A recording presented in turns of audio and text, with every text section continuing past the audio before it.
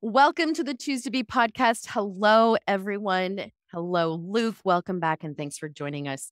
This is part 4 of our series on therapeutic separations, and we are going to talk today about the reintegration process, what that looks like, and what it maybe doesn't look like. Remember the goals that we talked about in last episode, where each couple needs to be very specific about what those reintegration goals are, and then the importance of, cannot stress this enough, sticking to those. But first, Alana, have you had any feedback from the last few episodes that we've done so far? Yes, I have had some feedback. It's been interesting because I've had a few people, especially when we were first starting this, of like, I need information on separation. I feel like it has to go this way. What's been really interesting, and I want to highlight this, is a lot of the partners tell me, I don't want this. I don't want to do a separation. I don't want to be further apart from him. I don't want any more distance. I want nothing more than for us to come together. But what we're doing right now isn't working. And so I don't feel like I have any other options. And when I really go internal, I know in my heart of hearts, this is what I need, but I don't want this. And so I just want to highlight that piece really quick for those who are listening, who is the partner who has betrayed their spouse. And sometimes it feels like, well, she's doing this to punish me, or they're doing this because they're just mad at me. And that's not the case. It's not just a screw you, you hurt me, go away. Usually there is this deep sadness and pain and aching and longing of, I don't want this, but I can't heal the way it is right now. And I remember when I went through this, having those feelings of knowing that I could not even think straight within Luke's presence, but also not wanting him to go away, that attachment ambivalence. So that is one piece that I've been hearing as people have been talking about separations lately. And then the other feedback of that is, this is really helpful. And it's so hard to focus on what I'm supposed to be doing because my brain just wants to say all the things I need him to be doing. So the fact that they're able to recognize that and own that, good job. Yeah. Because normal brains, normal experience, it is so much harder to pull it back of what am I going to do during this period. So that's what I'm seeing and hearing. Can I I love it. ask a question for those of you who haven't listened to this podcast a lot? Are those the actual words that the person who's been betrayed say to you, Alana and Amie? That I don't want more distance. Yeah. Yeah. Is that what you hear, Amie? Yes, attached to fear with that distance. Even though they might know that it's what they need, they don't want it because of the fear that it might, well, they'll lose control that they think they have, and then fear of where it might lead. So that's why I like this whole 4-part series of really walking through what the whole experience can look like. But yeah, it's attached to a lot of fear. Well, and the ultimate goal in the majority of women I work with is, I want to be emotionally close and connected and feel safe with my partner. Yeah. Like, I want to be closer. I want this greater level of intimacy. And so when we do a therapeutic separation, then a lot of times it can be like, it feels like we're going in the opposite direction. We're not. We're actually creating this distance so we are able to come back together. But that sometimes can feel counterintuitive or doesn't feel logical, especially when, like you said, Amie, we throw in all of those fears that are coming in. And I bring it up just because I'm wanting the person that did the betraying to hear y'all like say, because in the moment, what it does is it feels like she hates me. Like she doesn't. I mean, this is the beginning of the end, right? This is just her building the courage up enough to be able to leave. She doesn't quite have it yet, so this is just the final straw, and that's so problematic. When all they can hear is just the anger. Why? Tell me what you mean, Luke, when you say it's so problematic. Because he has an opportunity to, every time she pushes or what he feels like pushes her away, he has an opportunity to be consistent, grounded in himself rather than needing her to be reassuring. So when he views it as the least reassuring she can possibly be, which is, hey, I need you to leave, and he stays consistent and says, okay, what do you need? Okay, you need some space from me. You need some whatever it is. I think this is what you're saying. Okay, I'll do that. I'll do that. It scares me. Maybe he says that, maybe he doesn't. It scares me, but I'll give you what you need. And that's a consistency where he feels like he's helping her put the last nails in the coffin, but it's absolutely what he's doing to help the healing of the relationship. Because the separation isn't about the end of the relationship. It's about a needed piece in the relationship healing, which is something can't happen when they're together. So it needs to happen when they're apart. I like that you said that, and your answer might be the same, but another thing that I hear a lot of is the woman's feeling she's still highly activated, right? The partner's still highly activated, can't find any of that grounding and that centeredness. He might be doing all of the things on the checklist and looking like he's like showing up. And it's really confusing when she's like, okay, but he's doing all the things and says that he's doing all the things and he's not acting out, but she's highly activated still, can't find peace, can't find emotional regulation. We need separation to help her get that because she's being activated by him still. I would love to know what you tell the betrayer how to handle that when you might be doing the things and she's still highly activated. Yeah.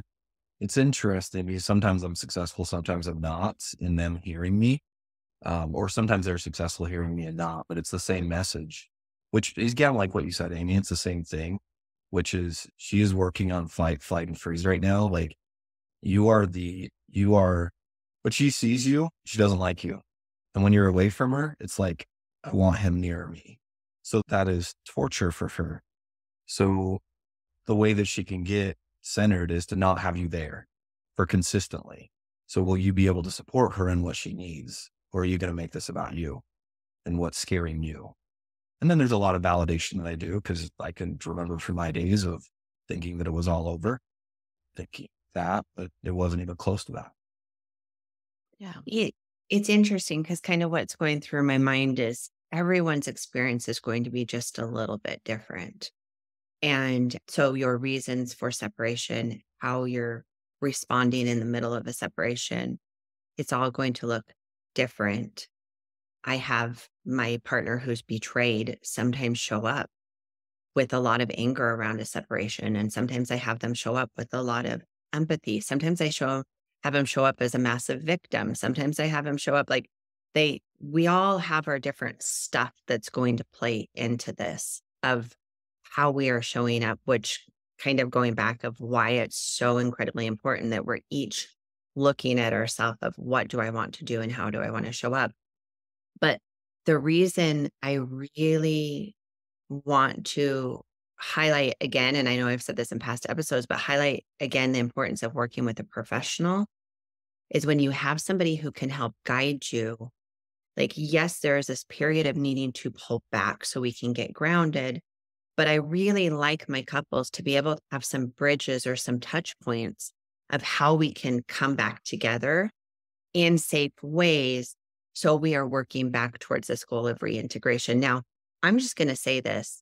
Not every couple will reintegrate. Not every couple will come back together, which we need to dive into and talk about a little bit. But there isn't always a reunification and coming back together. Sometimes there isn't the work being done. And sometimes there is too much damage that the relationship can't repair. So I'm not going to pretend that that's not a possibility. But as we are making these goals and we're each working on ourselves to come back together, when you have an outsider who is this person who's helping these touch points, and also there's some accountability for both partners to show up on what they agreed for themselves and show up on what they agreed for the relationship. That's really important. And I'll just, again, speak from experience.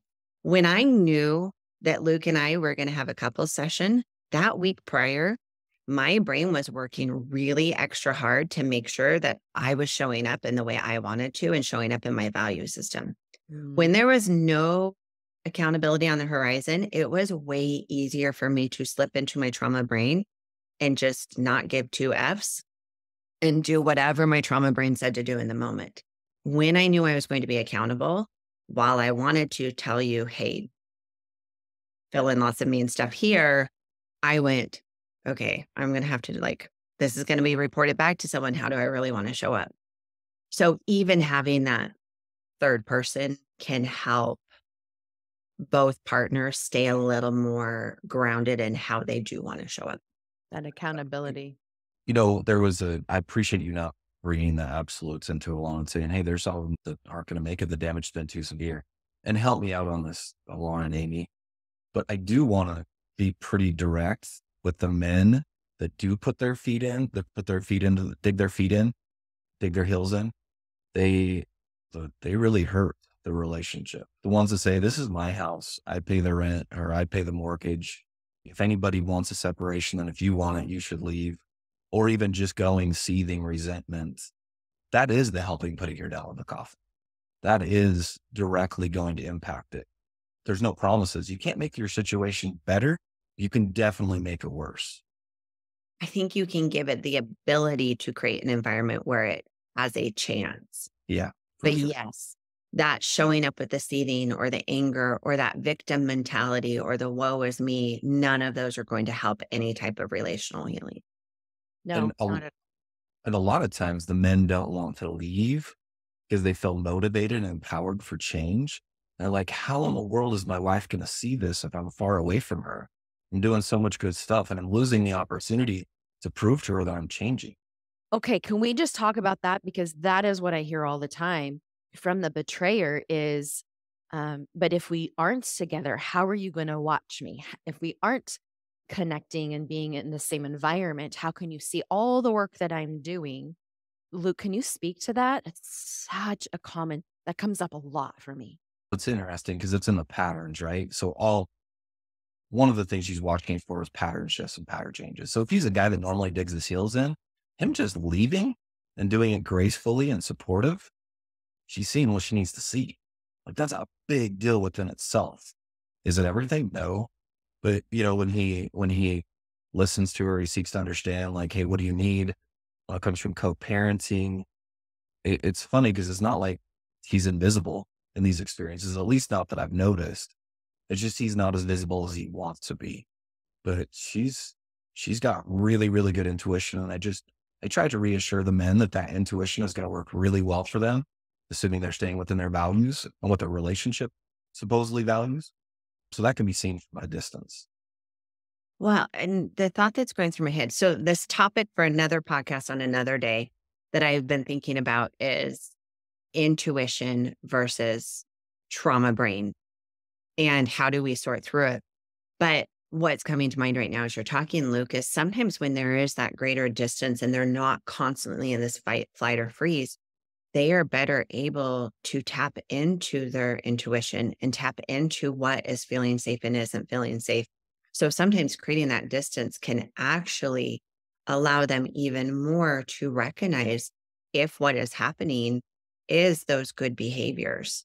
So sometimes being able to pull back and then being able to have the bigger picture actually allows them to see with more clarity if safety is being created or not. So if they are creating that safety and doing that consistently, then they can feel that their partner can feel that a little better. Well, yeah, because the truth is until she can actually sit and feel and allow those wounds to emerge and listen to what she needs and release them, then it's a downward demise anyways, because that's not sustainable if she's just going from fight, flight, freeze, fight, flight, freeze. If she's just activated, right? So to your point, Alana, it really, like, she has to get to that place of intuition, that wise femininity is just my favorite new word, like that intuition, that vulnerability, and that sensitivity, and anchor into that again, then she can see truth in his behaviors. So it really is critical. So I have one, and then y'all can take it out of this. It was just the wrong place at the wrong time. But the one that I've seen very problematic lately is she sees or hears that separations are a part of the healing journey, which they can be. But what she does is she asks for separation in a trauma response. And then when she starts to feel a little bit of safety, she'll pull him back. And then she'll have a trauma response and she'll ask him to leave. And then she'll get feeling good. And there's that back and forth, ebb and flow. And I don't feel like that's really separation. That's not. And that's where the formal piece of it, the therapeutic separation or the planned, that's what we're talking about. And sorry if I Correct. said stuff you already did. It's what I'm experiencing a few times lately. And I'm like, there won't be any progress here if it's all emotionally based. Bingo. It has to be, I think the lasting reconciliation, it requires both partners to do that individual healing with the goals that we talked about last week. And like Alana mentioned even today, with that third party to be able to hold each person accountable. And like I said in the beginning, sticking to the goals, sticking to the plan and the boundaries. Yeah, I love that you brought that up. Well, you think about that back and forth that, okay, now you're gone for 2 days. Okay, now you're back. Now you're gone for a day. Now you're back. Now you're gone for 3 days and you're back. That's going to make both of them feel crazy. That stage one of healing from trauma is safety and stability. Yep. So, how do we create an environment where we can get those elements being put into place? How do we start getting this stability? How do we start getting this emotional safety? That does not happen with that massive back and forth every single day. So I And a just lot that you brought that up. And a Yeah. lot of times it's an effort sometimes for both of them to be there for the kids, but that back and forth actually makes it harder for the children. Because they're like, I got to be there for this weekend for somebody's soccer game. And so come back for the weekend. That chaotic environment, the nothing to be able to count on for the kids to be worse. Well, when Luke, when you moved out, I can talk. When you moved out, I remember at first it was, I need this, I need this. And I was so sad. And I was so relieved, all of everything mixed together. But I remember it was a few weeks in and it was our first major holiday. And you came and you picked up the kids and you took them somewhere. And I grieved and mourned and hurt and was lonely in a way that I hadn't ever experienced yet. And it was almost scary to me how big those feelings were. And it took everything in me to not pick up the phone and beg you to come home and to fix it and to hold me. And I knew in my deeper, wiser self that it wasn't the time. And long-term goals of our relational healing that wouldn't have actually been helpful. And also sitting in those feelings that were so big in a way that I had never experienced was scary as hell. And I think this is an important piece of just knowing and understanding that there will be, and I almost think of like waves of the ocean, that there will be periods of all of these feelings that escalate and wane and that are going to happen, and just having a plan for that. And I think going back to the overarching goals of the separation, if we don't have any idea of what we're doing and why we're doing it, there wouldn't have been anything to ground to. In that moment for me of those huge feelings, I did have this overall goal of what I wanted and where I was headed, which allowed me to work through the feelings that were coming up. Because where you had always been my center, and I see this in a lot of my clients, where your partner is your center and then they're not there, I didn't have a center in me. And I needed a center in me to be able to show up and get to that place of us having this healthy interdependence.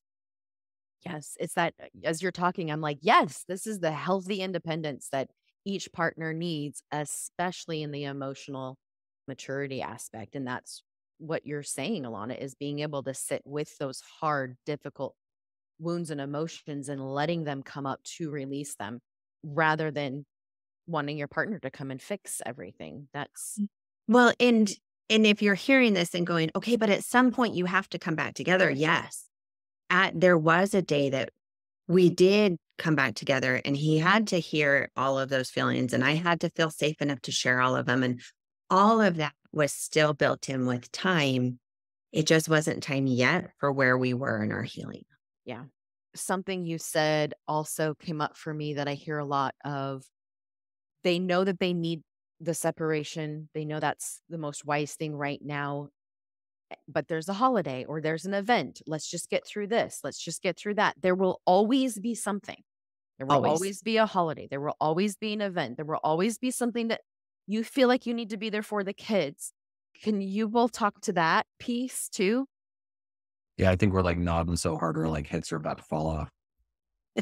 Yeah, and think about it. Our brains are naturally going to find things. Even if they don't exist, they will find things because neither one of them are going to want that separation, that disconnection, right? That's brutal. No matter how much either one is hurting, that's not going to be something that's just going to be like, okay, I'm good now. Let's leave. And if it is, then it's pretty problematic. And this is the part that goes back to, which is, men, if you think about your wife's journey, the very first part is fight, flight, or freeze. She will never be able to progress in her journey until she is able to tackle that part and get that emotional stability. If you are causing that, find out what you're doing that you're in control of to stop that, right? So if leaving is one of those things, so obviously if I understand that and I can hold on to that, I'm not going to want to wait for Memorial Day to come, her Labor Day to come before we leave. I'm going to want healing for her. And that means, okay, I'm ready when you are. And part of the plan that we talked about last week is what does that holiday look like? What does that event look like separated? And so that's why you do this with someone professional to help you navigate and define together what that looks like. Yeah. So let's move into, sorry. I was just going to say, in that professional, that outside perspective, they don't have all of the emotional pieces wrapped in. They're not emotionally in the middle of it. They're able to sit back with a little bit more clarity and a wise brain to help you navigate that. So that can be really a bit beneficial. And Amie, this is probably where you're headed next. But my brain is like, okay, my partners are probably like, okay, get to reintegration. Like, how do we come back together? We get it. We get the separation. Now bring us back together. Yeah. Is that where you were headed, Amie? Yes, because I wanted to talk about what that post reintegration agreement looks like and how important it is to have an agreement of what the next step is. Because, and Luke, you mentioned this when we were talking before we hit record, but a lot of men, when we come back together, then it's a check, done. Yeah. Yeah. So when I find out that reintegration is about to happen, if I haven't been a part of the experience and I'm coming into a man's journey partway through, and he's like, okay, we're looking like we're ready to go home. I'm like, oh crap. Like, you're about to go home. Can we talk about a lot of things? Cause I need to figure out where you're at. How emotionally grounded are you? The number one thing that I'm worried about is, do you feel like you've arrived at all? Do you feel like we're close to the end of the journey? Are you excited that you get to go home? Like, why are you excited? And if it's for any logical things that we would just think, I'm like, can we wipe the slate clear and figure out, and let me share with you where you're actually at in your journey right now, which is if you created separation because of emotional instability and not being able to hold space, that means in this part of your journey, you should have really been grounded and be ready to enter into a space where you can, at another level, hold pain like you've never held it before. Because you guys stopped being together because you couldn't do that because your wife is in so much pain. So when you go back, it's not like she's not going to experience more triggers. You will be a trigger coming back into that environment. And how you show up. Are you ready for that? Because that's really important to understand. You said something to Amie and I before we hit record, and I wrote it down because I loved it. You said most men think it's a finish line. Mm-hmm. They think that making it through a separation means we're good. We've arrived. Now we can finally be a couple. Now we can finally be good. So why is that not? Why is that not the finish line? It's not fair. It should be a finish line. You're asking me? I want to hear what Luke says, but I also see this show up with partners too, like the betrayed, like, okay, now we can come back together. And then they go back into that ignoring their intuition and ignoring their senses and vulnerability. And so this is why I think I really like the term post reintegration agreement. I think having, again, very clear for yourself, how am I going to show up new? Because we're not going back to the old relationship. Mm. We're creating a new one. So how am I showing up different and new? And then how am I for myself as an independent? And then how am I showing up different and new in this relationship? And I think those have to be very clearly stated. Yeah, for sure. And I think about it too, when coming back, I had this really amazing thing where I had all the time in the world to tackle my journey, all my sobriety, right? I had my reading in the morning, followed up with some journaling, and then I had my connection with my guys at night. And during the day, maybe I had a lunch with somebody, which was honestly super triggering for Alana because she's like, this is not cool. I'm taking care of kids and you're out there having a blast. And that was not my experience, by the way. It was good for the connection. And now I come back and the reintegration, what that looks like, because now I need to stick to my recovery. I've got to make sure that is a priority. But I have to be able to handle both. Now I'm a partner. Now I'm a teammate. And what does that look like? And if I've never experienced that before, I've never been good at that. It can go bad sideways fast. Well, and I think of partners who are listening to this, who are saying, okay, well, Amie is saying that I have to show up different and new, and he has to show up different and new, and the relationship is different and new. And he comes back. And the reality is we're not going to be 100% new people in the relationship. Those patterns are still going to be there. It takes years of work and therapy to really get new patterns. So I want to just take away any fantasy of the reality is we're all going to come back together and it's just instantly changed. It's not reality. Right. But what you said, Amie, I think is really important, that's our focus is how are we breaking patterns? What patterns are we changing? Which ones need to be changed? How do I want to show up differently? And we should see visible effort of each person working on breaking those patterns. So as each of you were talking, I think all your brains are going to filter this through your own filters, however you're going to filter it. And if you can hear anything in this, all of this requires a lot of concentrated daily work. Yeah. It's my favorite word. One of my favorite words, practice. That's what we're just consciously trying to do is practice new behaviors. So I love that you brought, again, the reality, the tangibility to what this is really going to look like. It's not a fantasy. It's not magically going to be better, but we definitely have to have tools and pieces that we are practicing. And I'm going to speak to the partner right now, when you do start to get some sense of access to your parasympathetic state, that window of tolerance, and when you can live in that window of tolerance consistently over time enough to get back to that sense of self, you will feel different when he shows up practicing. And what I've noticed is that even when the addict maybe shows up in the unhealthy way, but then goes into repair and correction, she will still feel it differently than before. But it's practice, repair, practice, repair. Yeah. Repeated pattern changes that stay consistent, but not perfect. Right. Can we then really quick talk about, because Amie, what you just said there was so spot on. You said there needs to be tools and pieces that we're practicing.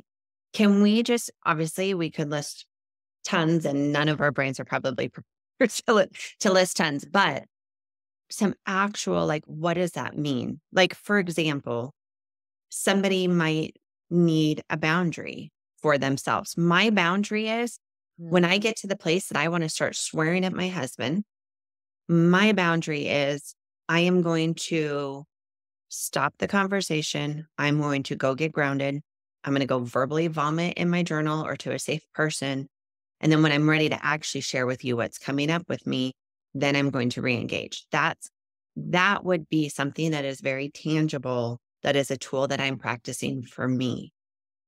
So lots of different boundary work would be, but can either of you think of other ways? Luke, you mentioned your dailies, but other actual things of what that means and what that looks like of using those tools and pieces that you're practicing. Go for it, Luke. I would say what you're able to now see his dailies a little bit different. So you can see the consistency, how he prioritizes things. I recognize it can be maddening that Mm. he doesn't just step back in and just become the superhero of a dad and a husband that, just accomplishes everything. But you continue to watch him put his recovery first. Like I remember one time we're in the middle of watching a family movie together, and I recognize like I'm not going to complete my dailies if I stick all the way through this movie. So I left. I remember being hard on both of us, but Alana was able to observe that I didn't want to leave, and I was aware that I didn't want to either. And we were able to talk about it later, and she was able to share those things. And then at the same time, showing up in different ways that I hadn't pattern shifts with being a teammate. Definitely not a perfect teammate, but being more aware of my spouse and less selfish in my experience. And yeah, just what you said, Amie, watching these men that don't run from their wife's triggers. They don't, they stick around for them. And if they don't do it perfectly, they come back to them. Yeah. Which I think brings up for me communication. Because just that example you gave right there, Luke, like I think communicating, I really want to stay. This is important for me to connect with you. And it's important that I continue my work. And so I'm going to choose to go do this. And I want you to know that I'm not abandoning you. I think just communicating what you're doing and why, that over communication, I think can be really helpful. Even if, okay, I'm noticing, so I'm going on the betrayed side now. I'm noticing as I hear you show up, and maybe like, okay, I hope this doesn't take us to a new tangent, but a lot of times I'll hear clients watch their partner show up differently, and it's kind of takes them back. It's like, wait a second, hold on. He's doing something for himself that is independent. And we talked about earlier, we're breaking these attachment wounds and old patterns of codependency. And so it might feel like a threat that he's actually going and doing his work, like for your example, getting up and leaving the movie to go do that. So you're going to communicate that. And then it's so okay and healthy for her to communicate even, okay, I'm feeling a little triggered, or I'm feeling an activation going on and feeling some panic. And here's how I'm going to handle that right now. And so I hear you saying that you're going to leave, and now I'm going to go manage my emotions. Like, just, trying to say this really fast so we can wrap up, but like, that's, I think, the biggest thing right there is just continue to communicate. And if verbally we're not there maybe yet, so write an email about your experience. Find some way to communicate, I guess is what I'm saying. Another mark. Oh, go ahead, Alana. No. Another marker can be just the emotional availability, the vulnerability, that when they walk up, like I really enjoy it when after separation often can be a better type of check-in at the end of the night, where men are more emotionally available than maybe they have before they entered into separation. Not saying they're going to be perfect at it or they're going to practice and there's no arrival, but they're looking to connect rather than feeling like they have to connect. Yeah. As each of you are talking, that has been my thought the last 10 minutes is around these women who do feel abandoned when their partner is doing the work. And again, that two different drives, that attachment drive of not wanting to be abandoned or be alone when they've already been so abandoned and so left alone. But then that other piece of really wanting and knowing that they need to do their work. And that I hear that come up a lot with clients. And I want to also just note there's a difference with the guy who feels like he has to go to a meeting every single night of the week, or even sometimes like on a weekend. I've had some guys who go to like 3 meetings on a Saturday. And then they almost become obsessed or addicted to this idea of recovery because that's the place where they feel good and feel validated. And they're just running after that high of feeling good and feeling validated. And in a way, running from the hard feelings. I just want to highlight that's different than a guy who has sat down or an individual who has sat down with their professional and they have come up with a plan together based off of their level of severity and what that person needs. Because some people do need to go in the beginning to a meeting a night. Some people, that's not the norm. Some people need 3 meetings a week. Some people, one meeting a week, one with their professional, and then one with a sponsor, or multiple days with the sponsor is what they need. It's going to look different, but knowing what that plan is, and this goes right back into everything we've been talking about with this coming back together, this reintegration, is having this plan of what this looks like, because we can go extreme on either end. Yeah. And we are often not always a good judge for what we need, especially for the person. If you've struggled with addiction, your filter of how your brain is perceiving your level of work and your level of recovery usually is always going to be a little off kilter. And I hate to say that because I know that's not a comfortable thing to hear, but I will hear lots of individuals who are like, I'm doing so much. And compared to where you were before, you were doing really good things. And I want to give you credit for that. And what you are doing and where you're at may not be exactly the level we need for where you want to go and what your goals are. So having an outside person to help you navigate and have a realistic idea of what this should look like is really important as part of post reintegration, but also as part of just that recovery journey. I know we're at time, so we have to wrap it up. But Luke, as our guest today, any final thoughts that you want to just share with either the betrayed or the betrayer? Y'all just sharing a lot of love for people that are tackling this work that just feel like it's overwhelming and are having some successes. I don't think I have anything. Okay. Amie, final thoughts? One step at a time. This is not something that we need to rush in any step of the process. We're wrapping up 4 weeks of this topic. And I think, Alana, you said this at the very beginning. Take each week as we cover each topic to really think about this and apply it to you. And I know that a lot of times our brains goes to the future of, oh my gosh, I had to do this, or even that I call it the A line, the action piece. And I really just want to encourage you all to slow it down and tell parts of the self that are freaking out about the action part. Like, we're not doing anything right now. Let's just get clear about what I need and what the goals are and take it one step at a time. There does not need to be a rush to any of this process. And so I just want to encourage you to take a deep breath and really know that you've got this and you do know what you need. Trust yourselves. It's a beautiful way to wrap up. I'm not going to add anything. I love that. So thank you all for hanging out with us today. Luke, thanks for joining us. And as always, we look forward to seeing you all next week.